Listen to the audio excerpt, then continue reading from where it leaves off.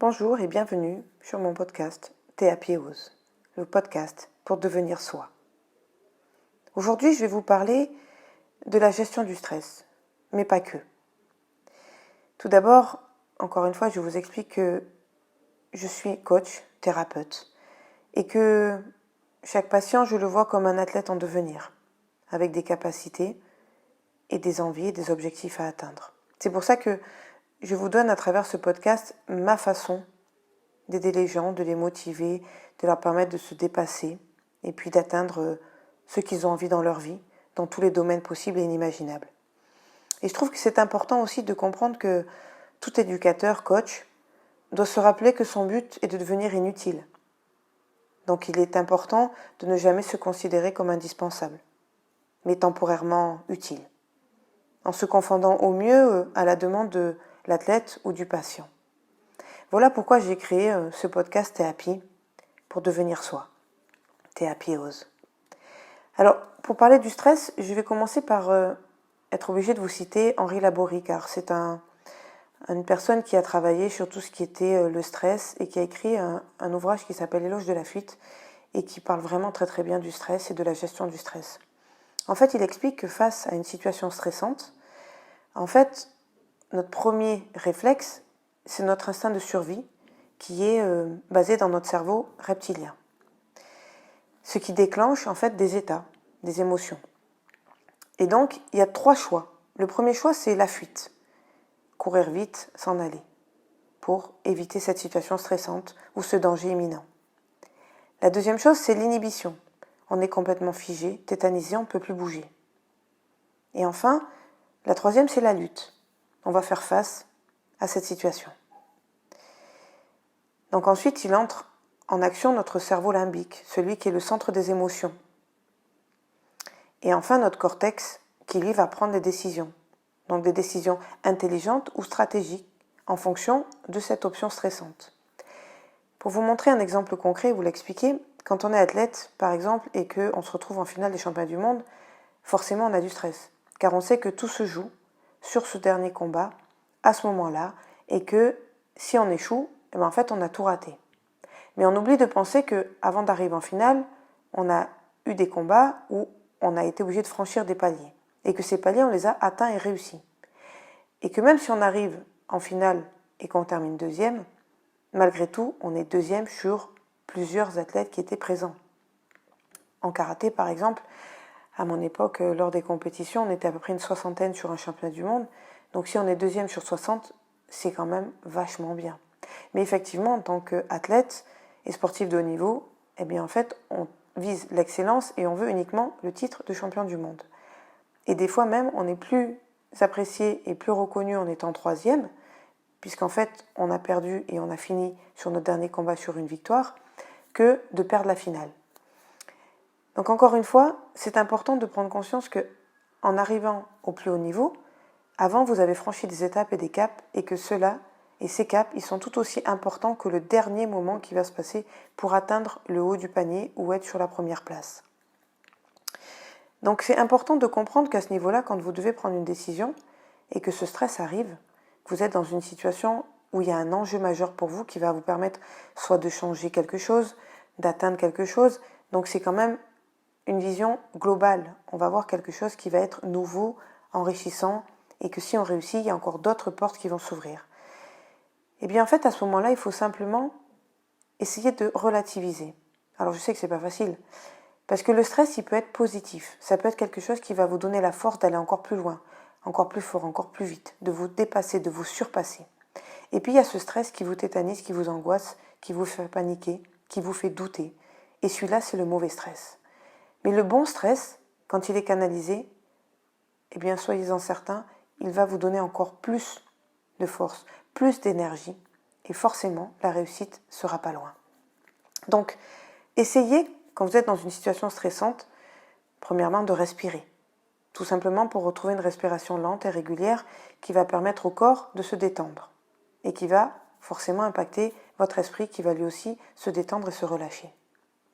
La deuxième chose, c'est en amont, avant d'arriver à cette finale des championnats du monde, il a fallu que je visualise cette compétition.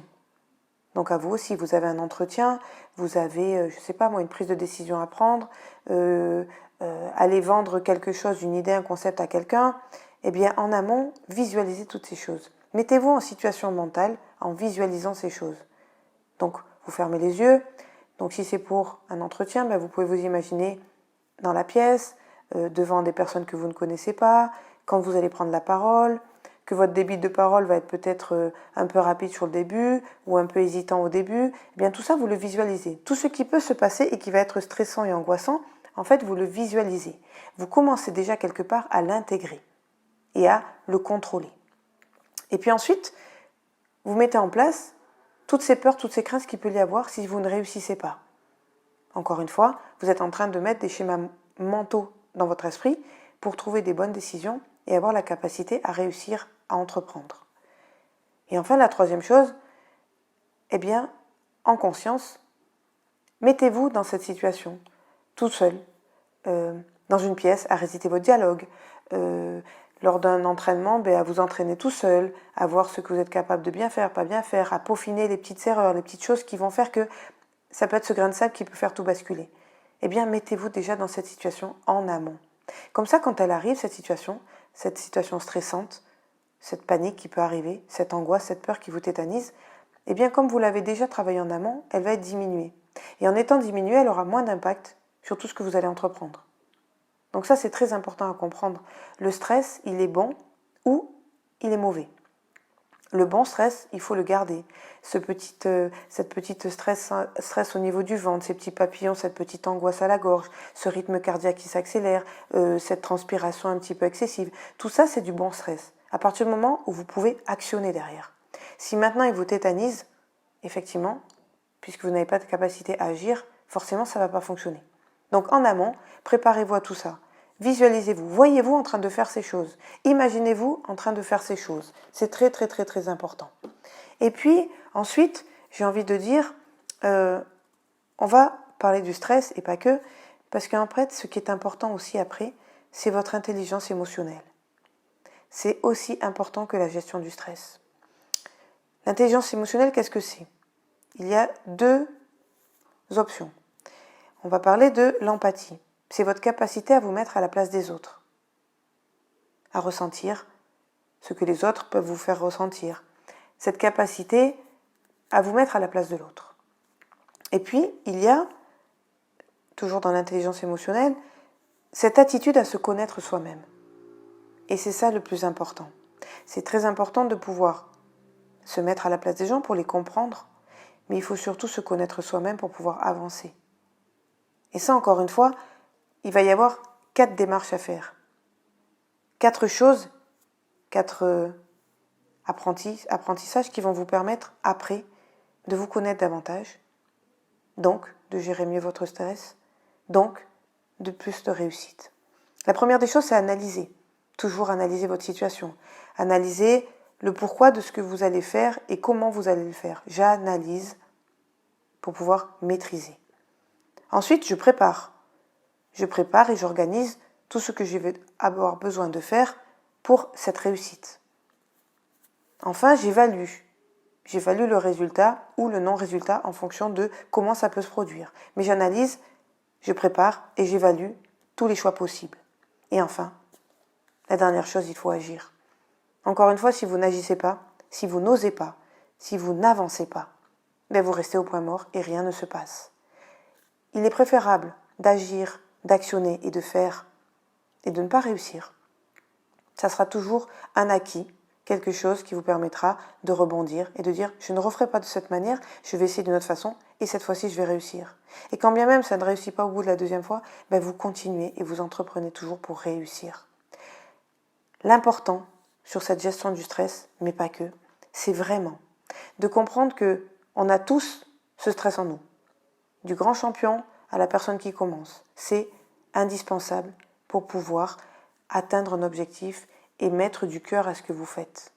Mais après, une fois que ce stress est là, plutôt que de le garder qui vous tétanise, analysez-le, préparez-le, évaluez et agissez en fonction.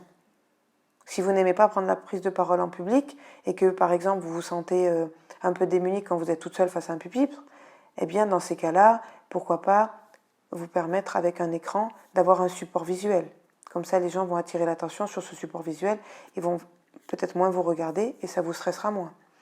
Pour un athlète, il a peut-être une peur avant de commencer sa compétition.